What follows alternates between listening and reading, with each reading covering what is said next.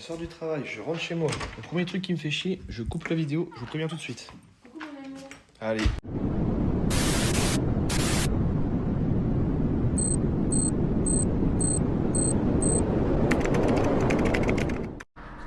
Bonjour à tous les amis, on se retrouve dans une nouvelle vidéo. Aujourd'hui on est sur le 4x4 Mercedes ML.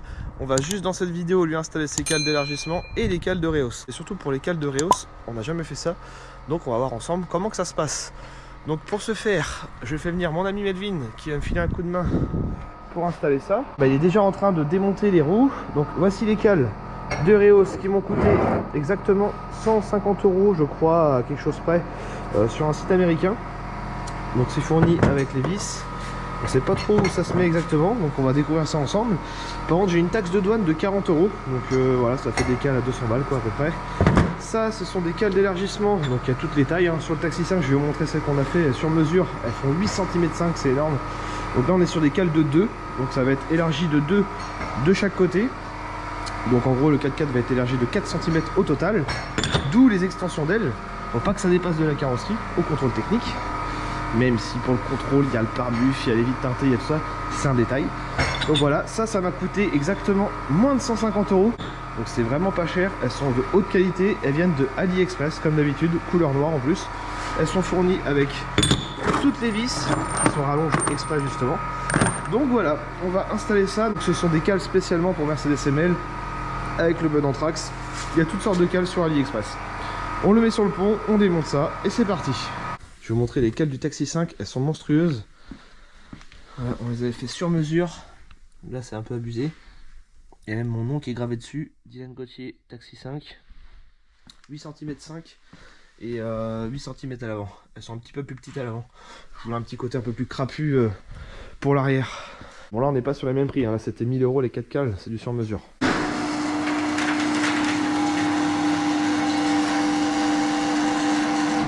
Vérifie si ça passe bien avec les marchepieds partout.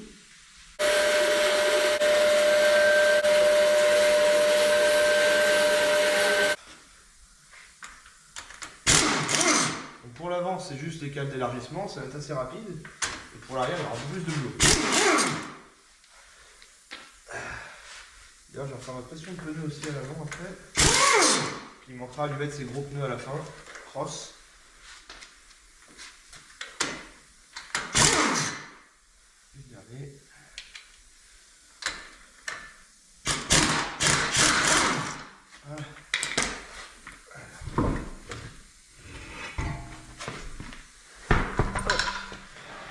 Donc la cale, j'espère que le vendeur ne s'est pas trompé. Parfait, l'entraque c'est nickel. Et on est pile poil en face, donc c'est bon. Donc voilà, c'est tout simple. Pour celui qui veut élargir sa voiture, on met une cale d'élargissement. Donc là c'est fourni avec des grands écrous, donc ça vient serrer la jante et la cale en même temps. Donc on ne met pas les écrous d'origine. Il existe plusieurs sortes de cales. Il y en a par exemple où il y a des trous à côté. Le Taxi c'était comme ça d'ailleurs. De toute façon ça pouvait pas être des écrous qui faisaient 10 cm de long. Donc en gros on visse les petits écrous d'origine et après on revient remettre ceux en décalé. Donc il y a ceux qui viennent se visser entre deux et après ceux qui viennent se resserrer sur la jante. Donc voilà, il y a deux sortes de montage. Là on est avec des grands écrous. Bon, ceux d'origine, pas besoin. Voilà. Je vais foutre la jante, je vais te laisser visser le... Ah j'ai la terrine qui coule là. Ça va tomber en face, ça va être chiant. Ah, il faut tomber pile poil. Parce que ils sont noirs, hein. Ils sont assez stylés pour le prix. Ah, puis noir comme ça, pile poil de la bonne coupe. Alors. J'espère que je tombe pas trop la cale en même temps. Ouais, impeccable. Impeccable.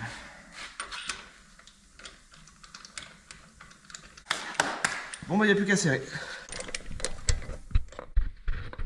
Voilà, on aperçoit. Donc on va gagner 2 cm, on va pas trop mal avec ce que j'ai mis. Alors du coup pour l'arrière, donc cette pièce là, en gros ça vient se foutre au-dessus de l'amortisseur. C'est ce qui va relever un peu le 4x4 de... C'est à peine 5 cm, je crois c'est 4,5 exactement. Comme on peut le voir, il y a une vis ici. Là on a une vis ici, donc ça vient comme ça. Et de l'autre côté il y a bien deux vis. Et quand on regarde bien aussi, la forme, une espèce de carré un peu ovale, c'est bien ça.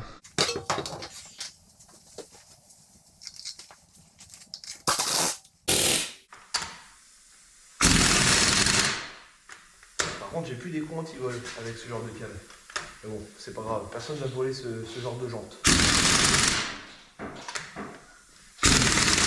Là, comme tu peux le voir ici, on a les trois. Tu vois? Ah oui, on les aperçoit. Là, j'ai enlevé celui qui est là-bas déjà. Ok. Donc on enlève ces trois là, celle d'en bas, puis normalement il devrait descendre là. Il y a un écrou en dessous en gros qui tient l'amortisseur quoi. Donc là, toutes les vis sont enlevées. Maintenant, c'est pieds de biche. On va le lever assez pour dégager l'amortisseur.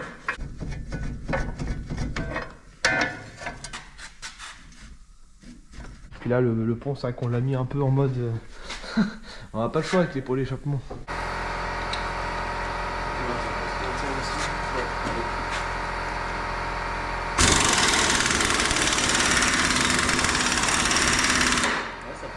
Ça dévisse ça?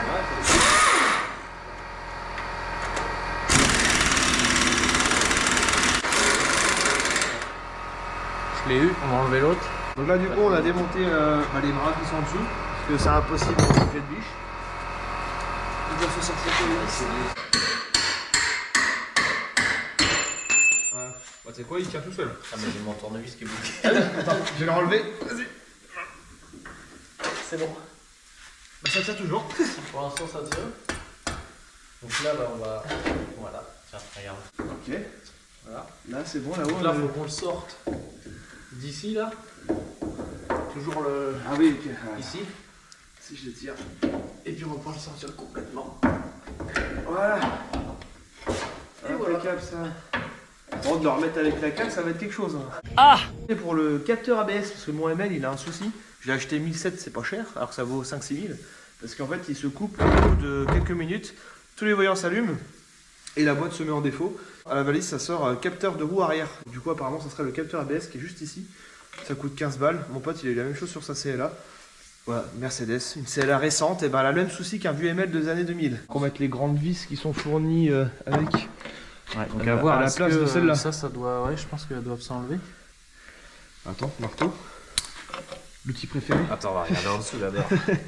Voir comment c'est. Est-ce qu'on va réussir à les sortir? Et puis même après pour les serrer. C'est une merde ça. Ouais. Je pense qu'elles sont juste mises comme ça, mais c'est avec la rouille et tout, c'est fixé, mais. Ah, mettons celle-là.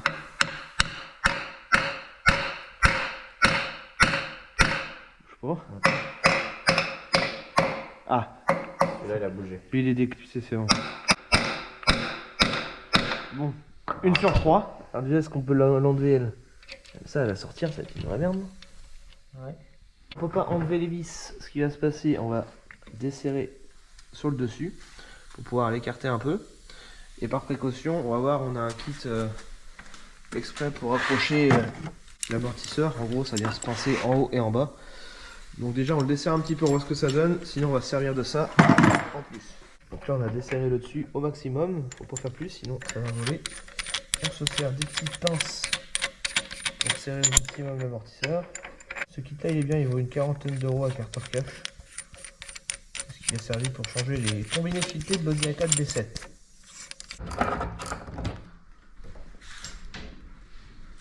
On compresse l'amortisseur, faut pas qu'il nous pète à la gueule. Pour pouvoir extraire le dessus. Vous voyez ça plus simple que ça quand même. Il y a un peu de taf.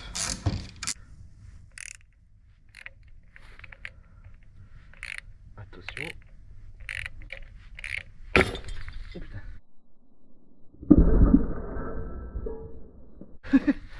Ah, ça vole quand même. Je regarde un peu la longueur. Ah putain, on va en chier pour le remettre. Là, du coup, on peut enlever ces putains de vis, tout ça pour ça. Voilà. Ah la vache. Et l'autre est là. Bon, maintenant, on va pouvoir mettre les plus grands. Mais par contre, on va s'amuser avec la cale en plus, ça. Oh.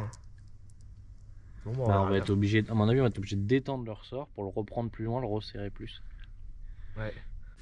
Voilà, comme ça. Ok, ouais, bah si, ça prend bien la forme. Donc C'est là, ça. ta vis, normalement, si tu la mets. Il n'y a pas de sens, regarde. Il y a un côté un peu plus plat, mais bon. Ouais, là, Ah si, c'est peut-être comme ça. Tu vois, là, c'est creusé. Ça prend peut-être mieux la forme. Et avoir la partie plateau dessus. Ouais, je pense pour que ça pose. Ça paraît plus logique. Donc ça, bah. Ok. Puis on pourra mettre l'écrou au-dessus. Ouais. Bon, je pense qu'il faut qu'on arrive à la Ouais, rentrer. on peut rentrer. Allez. Rentrer en moto. Ah si, de toute façon, il y a les petites dents. On aperçoit, il y a des petites dents d'origine. Donc ça doit rentrer comme ça. Tu vas voir. Si j'arrive à la foutre avec les petites dents.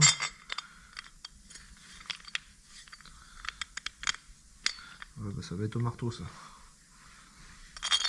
Tout ça pour ça. Et voilà, la cale est installée. Il n'y a plus qu'à tout resserrer. Et reclipser ici. Ça va le relever à peu près de 4,5 à la largeur de la cale. J'ai reçu les deux capteurs ABS tout neufs. C'était ça le problème sur le ML, le droite et le gauche. Le plus dur ça va être de sortir celui-ci, un peu compliqué. Et au moins il va pouvoir fonctionner parfaitement.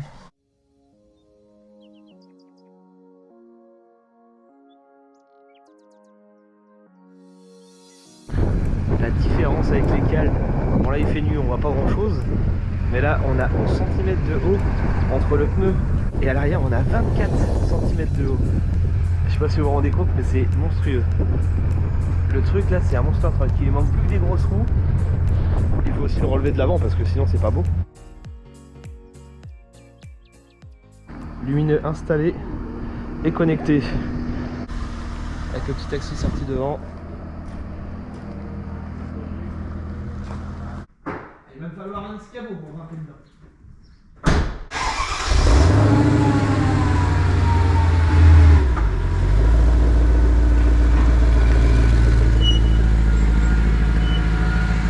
Et voilà les amis, on arrive déjà à la fin de cette vidéo. Je vous montre le résultat final. Regardez-moi ce monstre. En l'espace de 2 mois et demi, comment qu'on l'a transformé. Avec son treuil connecté à distance, qui peut tirer 2 tonnes. Et nous, ce qui nous intéresse dans cette vidéo, c'est les cales de Reos. Regardez, l'avant et l'arrière. Tout ça en laissant les suspensions d'origine. C'est ça qui est cool. Parce que sinon, des suspensions, ça vaut plusieurs milliers d'euros. Les roues, elles font ridicule du coup maintenant. En vrai, là, il manque plus que des grosses roues énormes et ce sera presque parfait.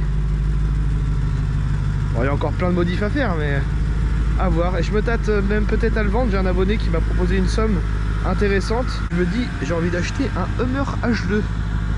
Donc je ne sais pas, je me tâte. Ça se trouve prochainement. Puis moi, je suis pas sentimental avec les voitures. Puis comme là, on arrive à la fin du projet, le contenu est terminé. Pourquoi pas un petit Hummer à la maison très bientôt. En V8 bien sûr. Voilà les amis, j'espère que cela vous aura plu. Ce petit tuto cale d'élargissement et cale de Reos. Je vous dis à très bientôt pour une prochaine vidéo.